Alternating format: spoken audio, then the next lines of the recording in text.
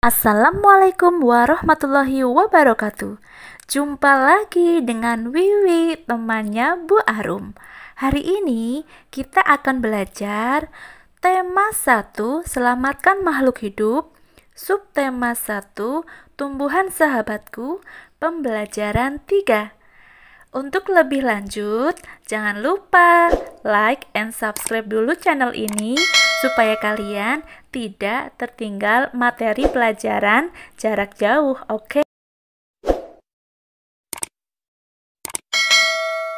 Teman-teman, hari ini kita akan belajar perkembangbiakan vegetatif alami pada tumbuhan dan menemukan ide pokok pada teks atau bacaan. Sudahkah kalian siap belajar? Ayo, siapkan bukumu serta peralatan tulismu. Perkembangbiakan vegetatif adalah perkembangbiakan yang tidak melibatkan sel kelamin atau tidak terjadi perkawinan. Perkembangbiakan ini disebut perkembangbiakan aseksual. Nah, sekarang kita akan membahas perkembangbiakan vegetatif alami pada tumbuhan. Perkembangbiakan secara tidak kawin alami atau vegetatif alami bisa melalui umbi lapis, umbi batang, umbi akar, tunas, rizoma, geragi, spora, dan akar tinggal. 1. Umbi lapis. Pernahkah kamu melihat bawang merah yang diiris? Nah, bentuk bawang merah tersebut berlapis-lapis. Bawang merah adalah contoh tumbuhan yang berkembang biak dengan umbi lapis. Umbi lapis adalah daun yang berlapis-lapis membentuk umbi dan di tengahnya tumbuh tunas. Daun tersebut tersusun berdekatan dan tumbuh pada permukaan ruas. Umbi lapis dari tunas terluar akan tumbuh membentuk tunas baru atau disebut dengan siung. Umbi batang. Nah, tanaman kentang berkembang biak dengan umbi batang. Tumbuhan kentang baru akan tumbuh jika kita menanam umbi kentang tersebut. Tumbuhan tersebut tumbuh dari mata tunas yang terdapat pada umbi. Tunas. Tumbuhan yang berkembang biak dengan tunas batang contohnya adalah pohon pisang, tebu, dan bambu. Sedangkan tumbuhan yang berkembang biak dengan tunas akar adalah sukun, cemara, dan kesemek. Tumbuhan yang berkembang biak dengan tunas tumbuh pada daun adalah cocor bebek. Tunas yang tumbuh pada akar dan daun disebut tunas adventif.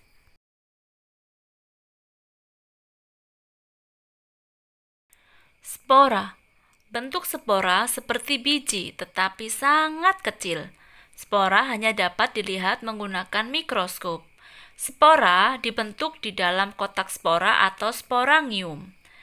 Tumbuhan yang berkembang biak dengan spora contohnya paku, jamur, dan lumut. Akar tinggal. Perkembangbiakan dengan akar tinggal mirip dengan tunas.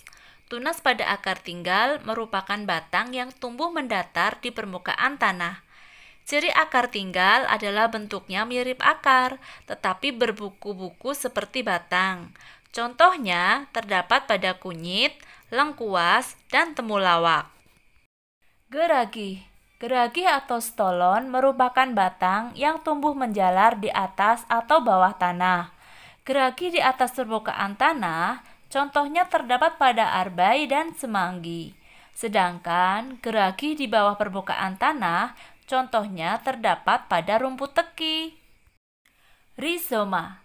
Rizoma merupakan batang yang tumbuh mendatar di dalam tanah. Contoh tumbuhan yang berkembang biak dengan rizoma adalah jahe, lengkuas, kunyit, dan kencur. Untuk menambah wawasan kalian tentang perkembangbiakan vegetatif alami pada tumbuhan, silahkan kalian bisa mencari informasi melalui internet atau media lain. Saat mencari informasi melalui teks bacaan, bacalah dengan seksama supaya kalian dapat menemukan ide pokok pada bacaan tersebut ataupun informasi penting yang terkandung dalam bacaan.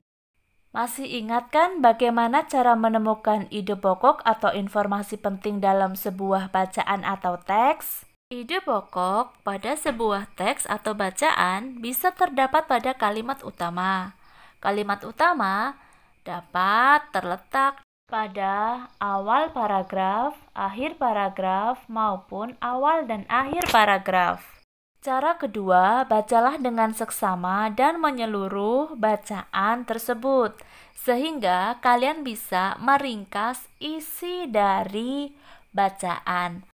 Jika kalian telah paham bagaimana cara menemukan ide pokok atau informasi penting dalam sebuah bacaan, bacalah bacaan yang berjudul Tumbuhan Sumber Kehidupan, sehingga kalian dapat menemukan ide pokok pada setiap paragraf.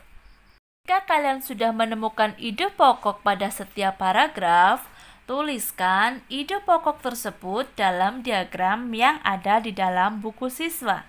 Alhamdulillahirabbil alamin. Akhirnya pembelajaran ketiga telah kita selesaikan. Hari ini kita telah belajar perkembangbiakan vegetatif alami pada tumbuhan dan ide pokok pada bacaan.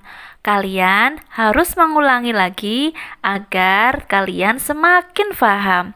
Oke, terima kasih. Jangan lupa ya, like and subscribe channel ini supaya kalian tidak tertinggal materi pelajaran. Terima kasih. Wassalamualaikum warahmatullahi wabarakatuh.